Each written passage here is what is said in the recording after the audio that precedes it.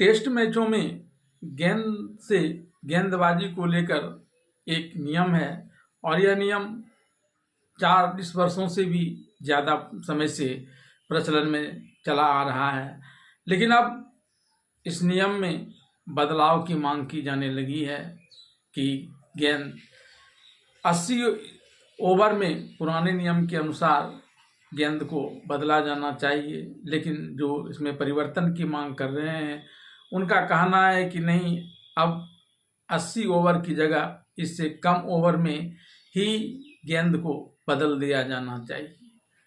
इस नियम में बदलाव चाहने वाले के भी अपने अपने तर्क हैं कि वह 80 ओवर खेलने की जगह जल्दी ही क्यों गेंद बदलने की मांग कर रहे हैं।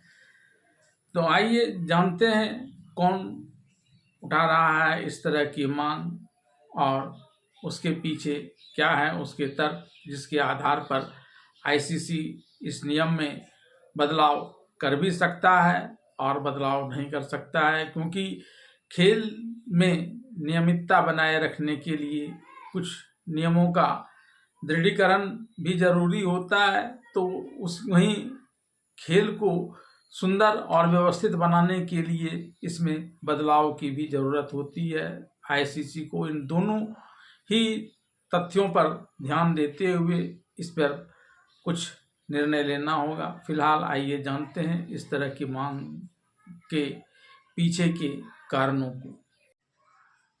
80 ओवर से पहले गेंद बदलने की मांग न सिर्फ गेंदबाज कर रहे हैं बल्कि बल्लेबाज भी इसमें शामिल हैं। इतना ही नहीं, गेंद बनाने वाली कंपनी ड्यूक्स भी इस नियमों में बदलाव कर इसे 60 ओवर तक करने को लेकर अपनी वकालत कर रहा है। भारत के कप्तान शुभमन गिल ने भी ड्यूक्स को गेंद को लेकर निशाना व्यक्त की थी। उन्होंने कहा था कि पिच से अधिक गेंद सॉफ्ट हो रही है और जल्दी ख़राब हो जा रही है। अगर गेंदबाज को पता है कि सिर्फ 20 ओवरों में उन्हें मदद मिलेगी तो फिर आपको रक्षात्मक होकर गेंदबाजी करनी पड़ेगी।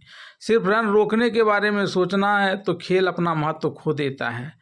ड्यूक्स फैक्ट्री के मालिक दिलीप जाजोजिया ने मुंबई मिरर के साथ बातचीत में कहा कि गेंद की आलोचना करना अब फैशन सा बन गया है। गेंदबाजों और कप्तानों ने ऐसी आदत बना ली है कि विकेट नहीं मिलते हैं तो अंपायर पर दबाव बनाने की कोशिश करते हैं। गौरतलब है कि 1980 से यह नियम है कि 80 ओवरों के बाद फील्डिंग टीम के कप्तान के कहने पर नई गेंद मिल जाएगी।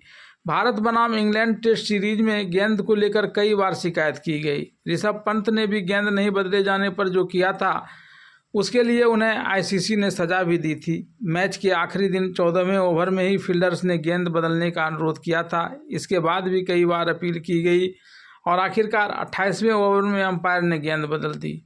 दूसरे टेस्ट में बेन स्टोक्स ने 16वें ओवर में ही गेंद बदलने की मांग कर दी थी। उन्होंने अंपायर से गेंद के शेप बदलने की शिकायत की थी।